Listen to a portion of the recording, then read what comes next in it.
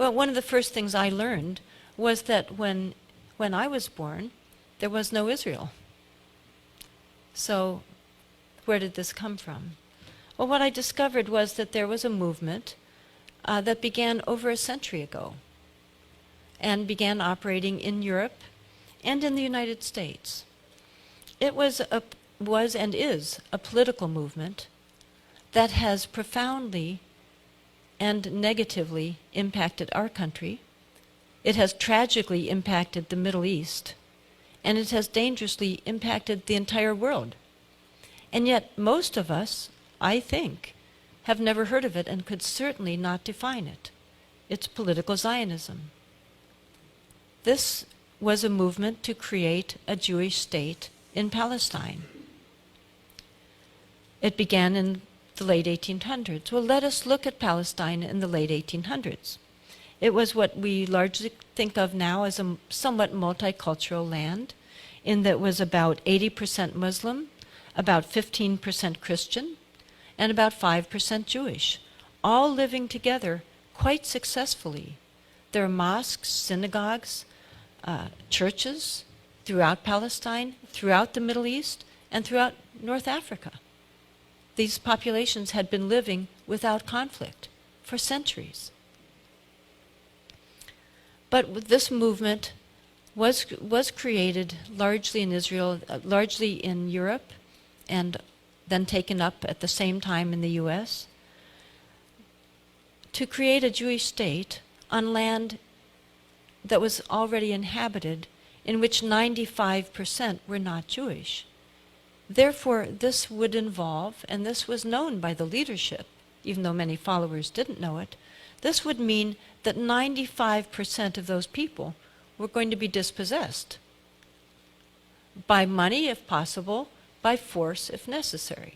This was written in Zionist journals early on. Now, my book and my talk concentrates on the U.S. aspect of all of this.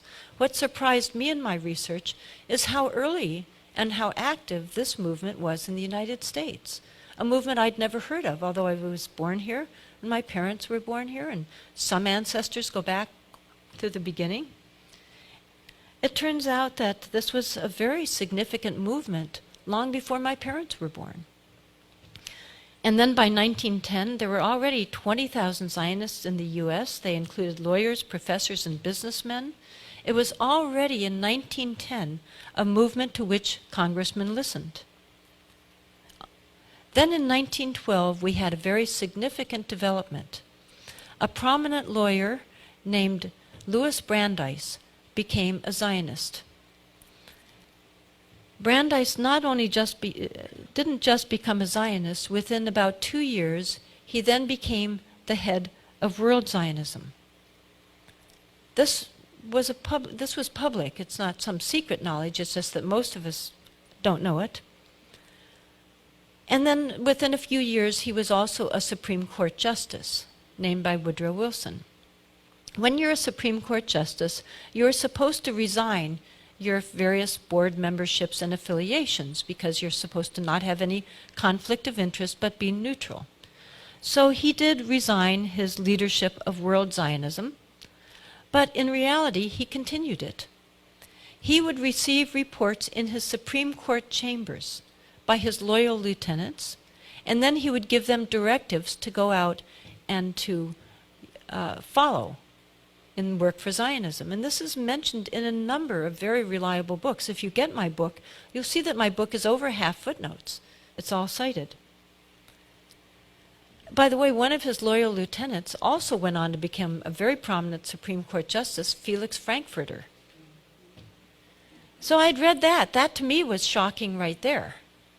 But then I discovered something more. So I'll give you my citations for this next information so you can evaluate whether you find it reliable or not.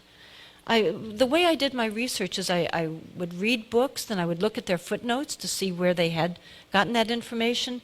Then I would often get those books and read those footnotes, and then order those books and read those footnotes, and on and on. So one of the books that I read was really a fairly well-known one, Israel in the Mind of America, published by a very mainstream establishment publisher, and the author was a very mainstream author.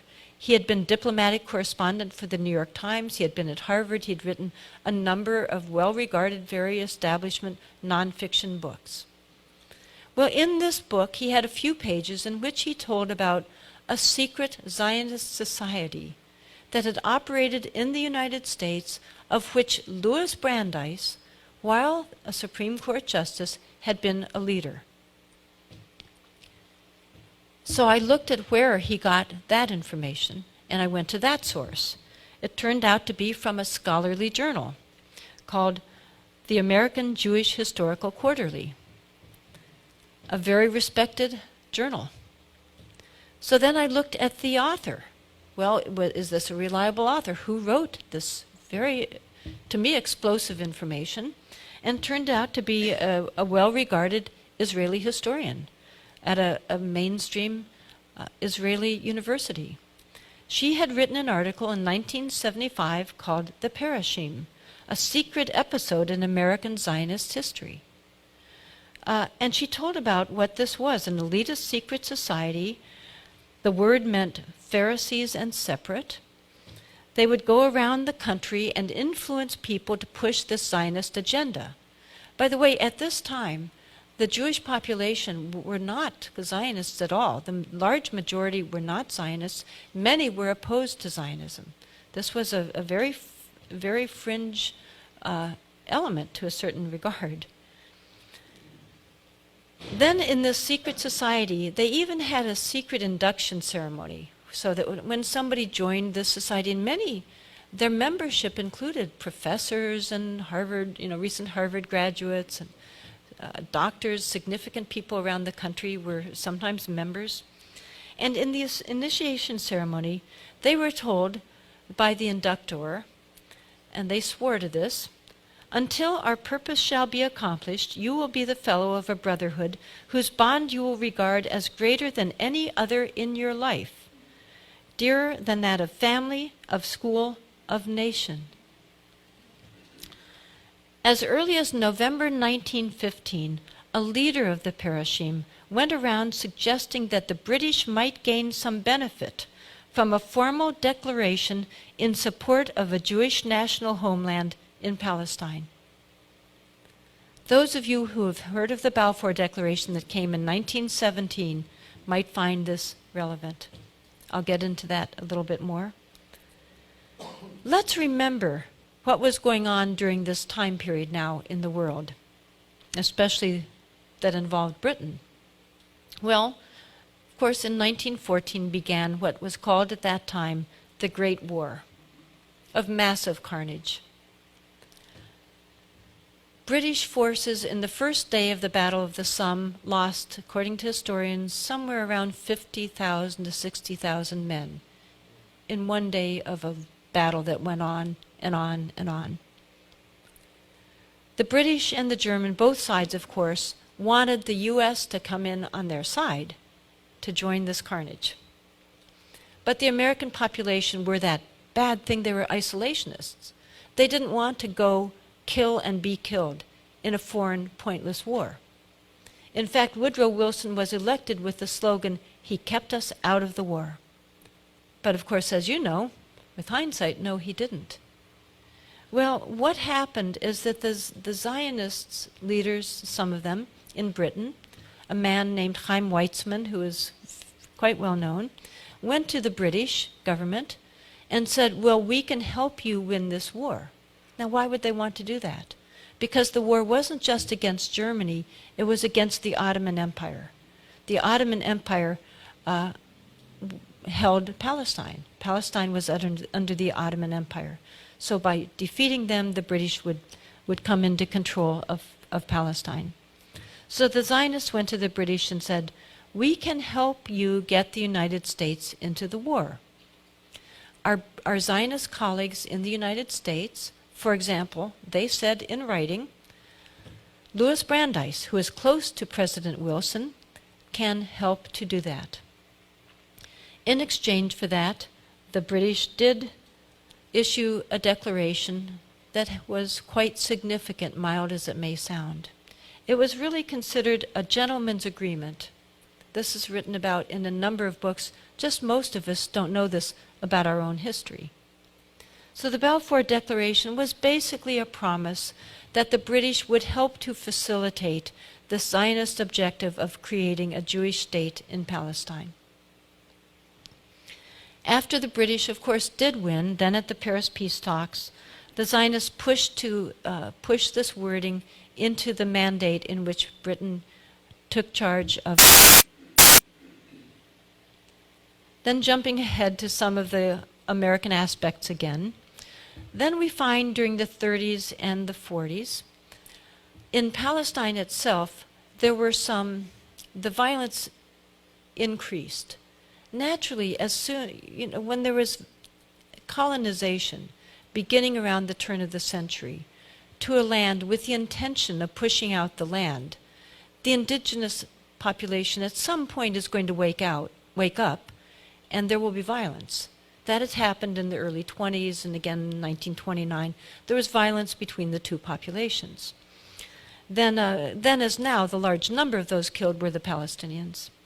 So as the violence increased, there were some terrorist organizations created in Palestine by the Zionists, one of them led by two of them led by future Israeli prime ministers. And those terrorist organizations in Palestine, the Irgun and the Stern Gang, it turns out had front groups in the United States with duplicitous names.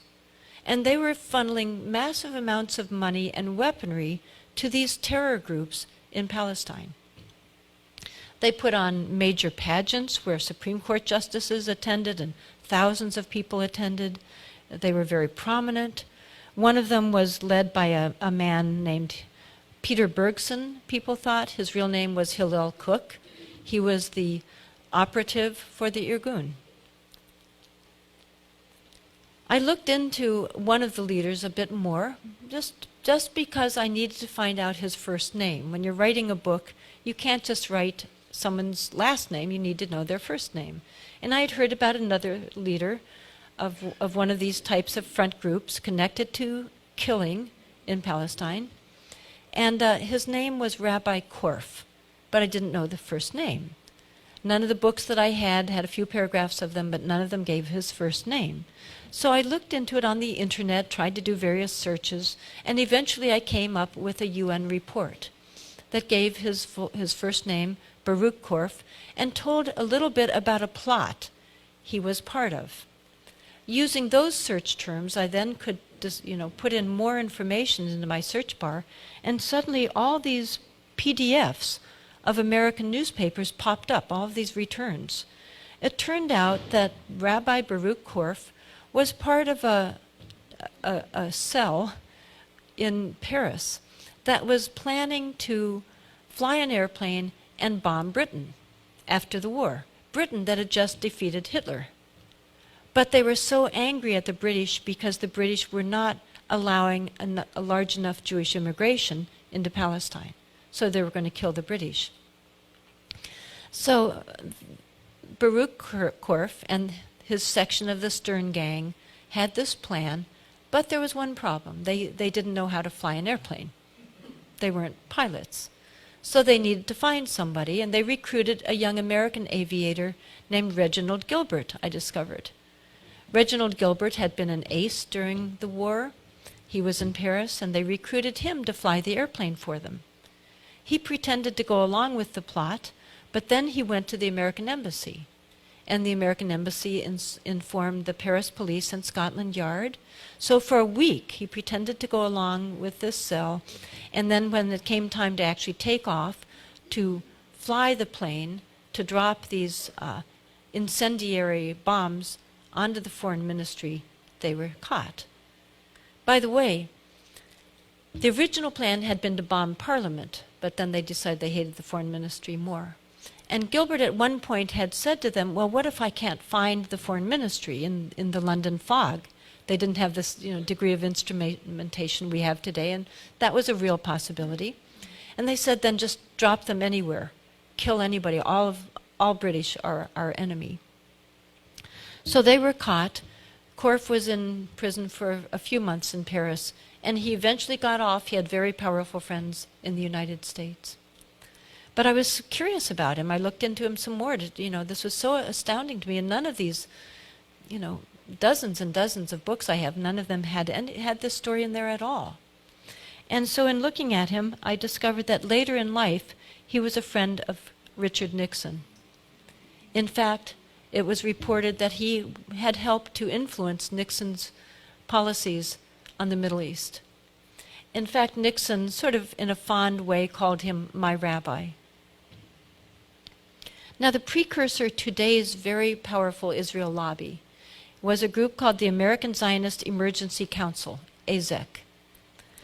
This was formed in around 1940, and by 1943 had a budget of $500,000 at a time when a nickel bought a loaf of bread.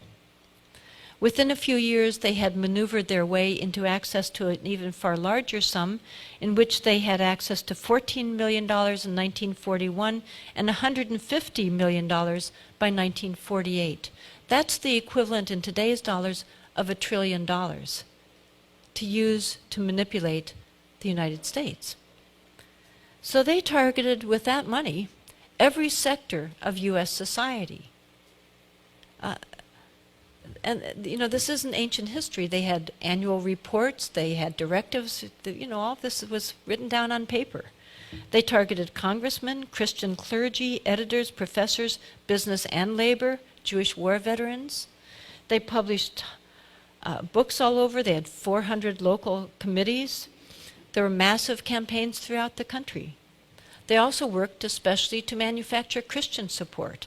They secretly funded sort of Christian groups that would push the same Zionist ideology. They funded books that became huge bestsellers. It was an enormously successful campaign throughout the country. Even though during this time there was a great deal of opposition to Zionism by many different groups, by Christian leaders, by State Department, Pentagon, intelligence agencies, Jewish anti-Zionists, many people were opposed to it. Two of the most celebrated Christian pastors opposed it on religious and moral grounds. The Christian leaders in the Middle East had gone to the Paris peace talks to advocate on behalf of the Arab population that there should be self-determination of peoples there.